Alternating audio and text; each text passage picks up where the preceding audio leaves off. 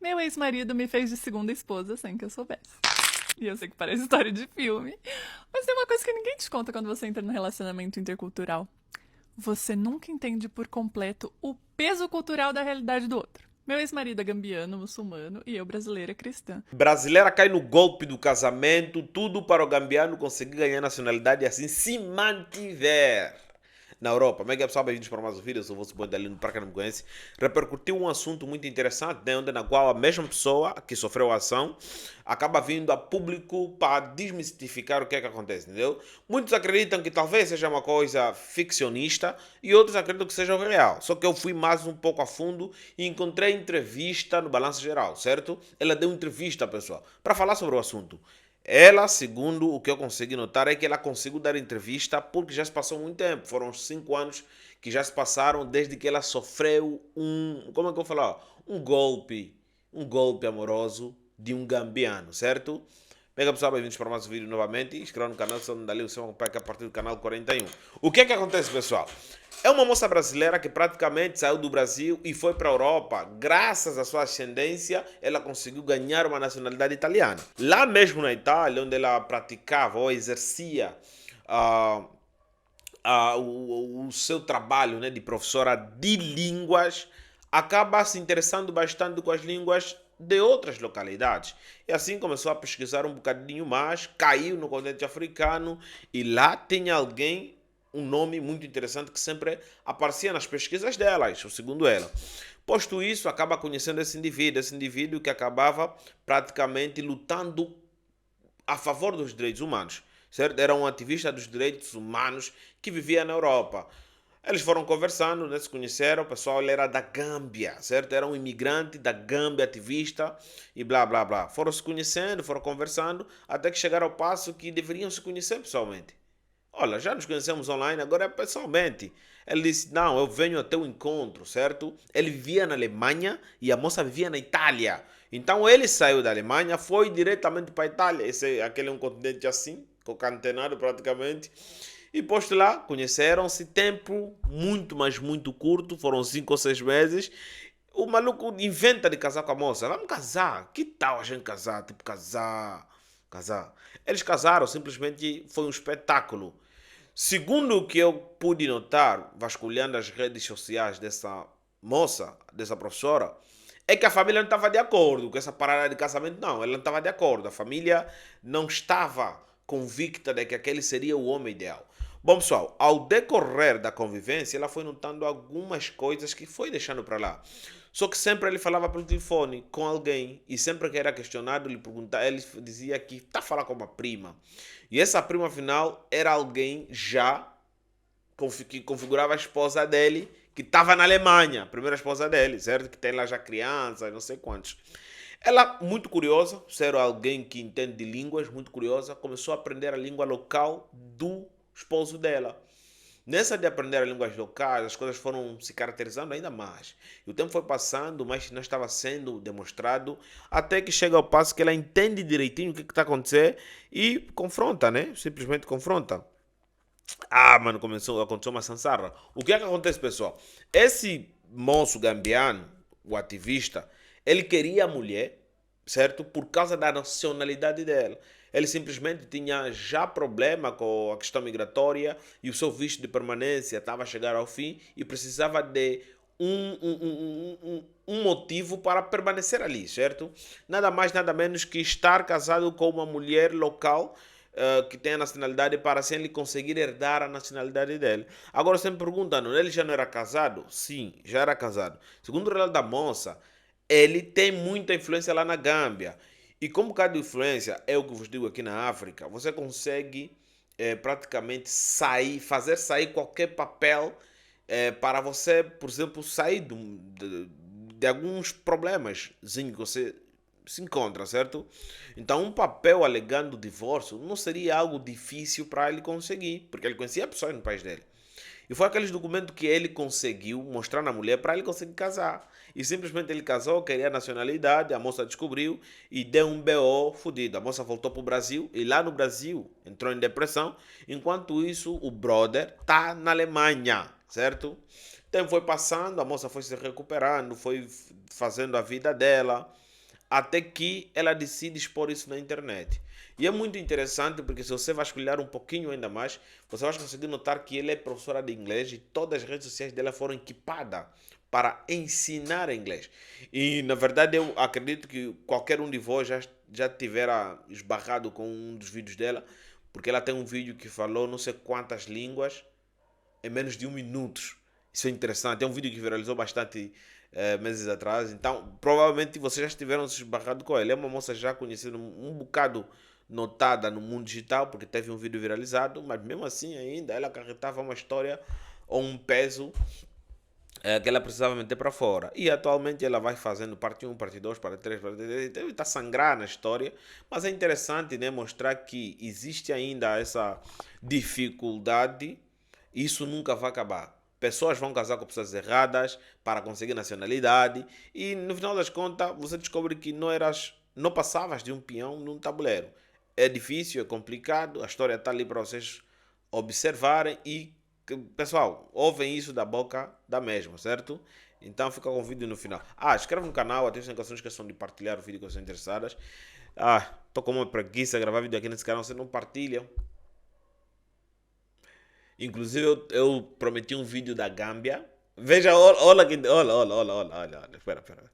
Eu prometi um vídeo da Gâmbia para falar sobre o ditador que prometeu governar durante 1 bilhão de anos. Da Gâmbia. E veja que a Gâmbia volta aqui no nosso canal, mas desta vez é numa burla matrimonial. Tá bom, inscreva no canal, ativem as notificações e compartilhar o vídeo com vocês interessadas. Vemos a próxima. Fui. Meu ex-marido me fez de segunda esposa sem que eu soubesse. E eu sei que parece história de filme, mas tem uma coisa que ninguém te conta quando você entra no relacionamento intercultural. Você nunca entende por completo o peso cultural da realidade do outro. Meu ex-marido é gambiano, muçulmano, e eu brasileira cristã. E mesmo tentando entender a cultura dele, convivendo, estudando, viajando, existiam coisas que eu simplesmente não enxergava, simplesmente porque eu partia de um outro referencial de mundo. E eu jamais pensei que eu pudesse ser enganada nesse nível. E foi aí que eu entendi a importância de aprender a língua da pessoa com a qual você se relaciona. Se vocês falam línguas diferentes. Porque imagina a cena, ele no telefone falando em mandinga, dizendo que estava falando com uma prima. Só que eu comecei a estudar mandinga. E aí, conforme meu mandinga foi melhorando, as ligações dele começaram a ficar mais reservadas. Às vezes saía pra falar no telefone. Às vezes mudava de assunto quando percebia que eu tava entendendo. E o pior é que eu nem fiz isso pra vigiar. Era pra entender. Eu queria pertencer a essa nova realidade, saber do que as pessoas falam no telefone quando estão falando umas com as outras. Entender se você vai fofocar do vizinho ou se você vai comentar sobre uma dor no corpo daquele dia. Uma realidade totalmente diferente implica em interações totalmente diferentes entre indivíduos. Quando você entende a língua de um povo, você começa a perceber nuances que antes passavam completamente despercebidas. Você entende piadas, silêncios, pausas, mudanças de tom. Você percebe quando algo estranho está acontecendo. A língua te dá acesso a um mundo que traduções nunca conseguem alcançar. E mesmo assim ainda existe um limite, porque nascer em uma cultura e viver dentro dela são dinâmicas completamente diferentes. Hoje eu continuo estudando e falando mandinga não por causa dele, mas porque essa língua agora faz parte da minha história. E acho que essa é uma das maiores lições que relacionamentos interculturais me ensinaram. Que amor sozinho não elimina diferenças culturais. E essa relação em específico me ensinou que idioma também é proteção. E pra quem tá nessa missão de aprender um novo idioma, você pode vir aprender com a gente na Escola Polyglot Minds. Aqui ensinamos os 8 idiomas que eu falo. Inclusive, eu sou professora, você pode ter aula diretamente comigo. É só chamar a gente no WhatsApp que tá lá no link da bio. Caso você tenha alguma história intercultural bizarra, compartilha ela comigo aqui nos comentários que eu tô morrendo de curiosidade. Mas como eu descobri que meu ex-marido muçulmano me fez de segunda esposa? Sim, gente, escutar ele falando com a primeira esposa em mandinga no telefone e começar a entender sobre o que eles estavam falando foi um primeiro indicativo, mas não foi o que me trouxe a prova real de como eu estava sendo enganada. Primeiro que assim, eu tenho que reforçar que esse querido tinha muitas red flags, bandeiras vermelhas, muitos sinais de alerta, mas ele era muito bom de lábia, né? Alguém comentou que ele era mitomaníaco, né? Que ama mentir, gente. Cada mentira, ele é muito bom de lábia. Então, ele sabia muito bem contornar os sinais de alerta, entendeu? Quando confrontado. Certo, certo. Como eu contei no vídeo anterior pra vocês, que eu vi os posts da ex-mulher dele lá, com a foto enorme atrás da cama de casal dela lá, uma foto enorme dele, o que isso tá fazendo lá, né? Enfim, sempre soube contornar muito bem. Mas o que me fez de fato, assim, Eu já tava com um sinalzinho, uma anteninha assim, tem alguma coisa errada. Fiquei com isso durante o período inteiro, né? O período inteiro que estivemos juntos. Mas o que de fato me fez descobrir foi a sororidade de outras mulheres europeias vítimas dele. E assim, gente, a vida tem coincidências bizarras, porque o documento dele estava demorando mais do que o previsto. Depois a gente descobriu que tinha um problema que, para ser resolvido, era só pagar uma taxa. Né? Uma taxa que, do nada, inventaram essa taxa que não estava prevista. No dia 28 de outubro de 2021, fomos, pela manhã, pagar essa taxa. Fomos a uma outra cidade, como eu já contei para vocês, estávamos morando no meio do nada, né? Então, nos deslocamos para essa outra cidade, Ferrara, na Itália, para poder resolver essa situação do documento dele. E, de tarde, no mesmo dia, após termos resolvido essa situação e finalmente eles falarem, nossa, não, agora o documento vai sair, à tarde eu abro o meu e-mail e vejo que de manhã eu tinha recebido um e-mail. Mas eu só abri o meu e-mail à tarde. E aí eu vi um e-mail de um correspondente chamado God is Great Karma 2021, o que significa Deus é um grande karma 2021, né? Mas God is great é uma frase que significa Deus é grande, que é uma frase que ele fala o tempo inteiro. Tenho certeza que até hoje ele fala o tempo inteiro. Então, assim, né? Qualquer problema, God is great, né? Deus é ótimo. Porque a gente falava em inglês, né? Então, né? O inglês tá aí, God is great. E aí, minha gente, no e-mail, tava tudo em português, né? E tava assim, gente, vou ler o início do e-mail pra vocês, calma aí. Prezada Daniela, há algum tempo pensamos em escrever para você. Antes éramos apenas 2, mas agora somos 3 mulheres. E se continuássemos procurando, tenho certeza que haveria mais de nós. Estamos preocupadas com você. Parte nosso coração ver que você, uma mulher tão jovem, provavelmente foi enganada por uma fraude. Fomos avisadas várias vezes sobre o fulano. No início não queríamos ouvi-lo. E você provavelmente também não quer ouvir isso agora, mas vamos dizer de qualquer forma. Fulano é um narcisista, um falso e um manipulador mestre. Então, gente, isso daqui é só o início do e-mail, tá entendendo? O que tem nesse e-mail. E assim, elas usaram o Google Tradutor para traduzir, porque nenhuma delas fala português. Mas assim, 3 mulheres se uniram para me alertar sobre o meu até então marido e dizer que era uma fraude e dizer tudo isso no dia, gente, de manhã ele estava resolvendo o último problema para ele ter o documento dele e foi no mesmo momento que elas me enviaram o e-mail, só que eu só vi à tarde. Se eu tivesse visto, sabe, se tivesse enviado um dia antes, ele não ia ter pego o documento. Imagina, quer dizer, não sei, né? Ele é tão manipulador como eu tô falando pra vocês, o homem é bom de lábia, mas é bom de lábia.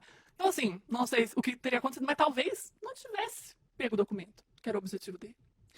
Mas Deus quis que acontecesse desse jeito, né? Aconteceu desse jeito. E aí, minha gente, elas estavam me alertando que ele é um homem perigoso, que elas sofreram muito na mão dele, e cada uma contou resumidamente a sua história, mas assim, com muitos erros de português, porque usaram o tradutor, então foi um pouco difícil compreender tudo.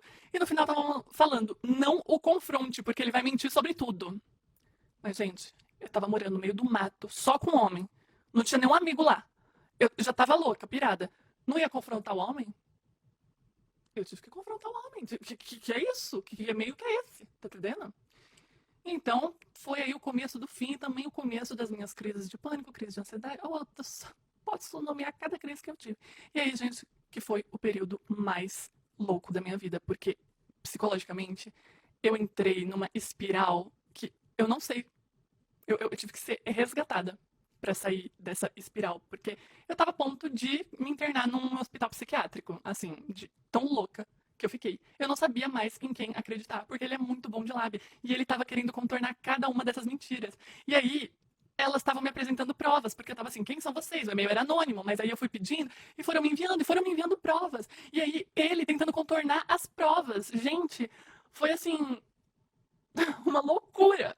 E uma delas em específico me fez acreditar que eu estava em muito perigo, que assim, ele era muito perigoso, então que eu estava correndo risco de vida. Só que assim, minha gente, o homem, ele não tá nem aí se eu morresse ou não. Porém, eu era esposa dele. Ele jamais ia querer deixar alguma coisa que o incriminasse naquele lugar. Tá entendendo? Porque ele só tava ali pelo documento assim. Queria que eu morresse? Queria, tá entendendo? Mas ele não podia arriscar a pele dele, a reputação dele, né? Que ele já tinha conquistado. Tanto que eu entrei em depressão, e aí teve um episódio que, assim, ele teve que ir pra Alemanha por 3 dias, de novo a trabalho, e eu tava muito mal. E eu falei, pedi pra ele não ir. Mas ele falou que ele tinha que ir, e ele ia, né? Afinal, ele só pensava nele. E aí, ele foi, e eu tava muito mal, e foi aí que eu decidi que eu ia me matar. Eu jamais na minha vida achei que eu fosse tentar me matar. Mas nesse dia eu fiquei tão mal, que eu decidi que eu ia tirar minha vida. E eu sei que eu sou uma pessoa muito sensível com machucados, então eu sabia que eu não ia me cortar, eu não ia tentar me jogar na frente de um carro, porque vai que eu, sei lá, ia ter sequelas e não ia morrer. O que eu conseguia fazer pra me matar era tomar todos os remédios que tinha na minha casa. Eu tinha muitos, assim, de vários tipos, muitas pílulas. Falei, gente, eu vou tomar absolutamente tudo e acabar com o meu sofrimento. E aí eu fui procurar minha caixa de remédios, que elas estavam numa caixa, né? Todos os remédios numa caixa. Fui procurar, cadê? Eu revirei a casa procurando essa caixa de remédios e eu não encontrei. E aí depois, quando ele volta da Alemanha, a caixa de remédios reaparece. E ele me falou: ah, não, eu não podia deixar esses remédios com você.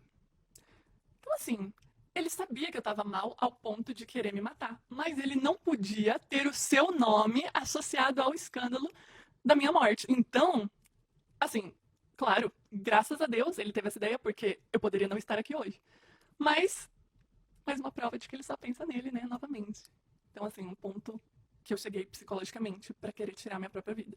E outra pergunta que eu recebi foi se eu terminei assim que eu descobri ou se eu tive dúvidas sobre manter essa relação. E, gente, é muito louco, porque eu fui descobrindo e ele contornando. Então, eu tava muito confusa. Foi um período de grande confusão mental. E eu só pude ter clareza de que tudo aquilo era realmente verdade, de que todo o material que estava nas minhas mãos eram realmente provas, quando eu saí da situação, quando eu voltei para o Brasil. E eu voltei para o Brasil dia 28 de novembro de 2021 e foi o último dia que eu o vi.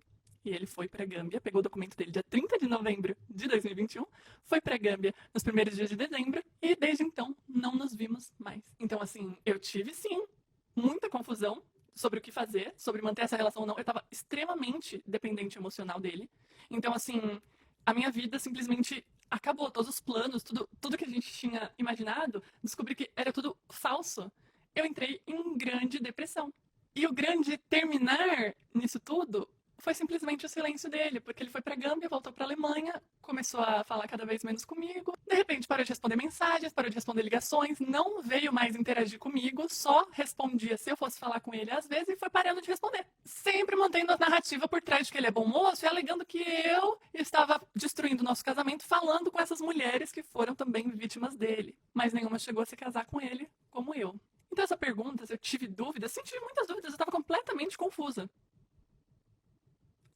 E de repente tudo caiu por terra, independente do que eu queria ou não. Eu tive que ir processando essa informação aos poucos. O meu cérebro não conseguiu aguentar a verdade abruptamente de uma vez. E também já respondendo a pergunta do porquê continuaste por tanto tempo no casamento, gente, o processo de divórcio demorou muito tempo. A gente ficou casado no papel, mas sem se falar por mais de 1 ano e meio. Entendeu? Até que eu tive a coragem de entrar em contato com ele para pedir divórcio. E isso me custou muito emocionalmente para eu conseguir entrar em contato com ele e pedir o divórcio consensual, sabe? E aí, desde que o processo começou até a saída dele, no dia 26 de setembro de 2024, gente, tudo isso, assim, era um casamento do papel. A gente não estava se falando, a gente não estava em comunicação. Eu entrei em comunicação para pedir o divórcio e foi isso. No próximo vídeo eu vou responder a pergunta: cancelou o documento dele? Dentre outros, me mandem as perguntas e falaremos mais de questões legais no próximo vídeo. E você que precisa de ajuda para estudar os idiomas, venha fazer sua matrícula aqui na Poligloto Mais, é só chamar a gente no WhatsApp que tá no link da bio. Ensinamos os 8 idiomas que eu falo. Até mais!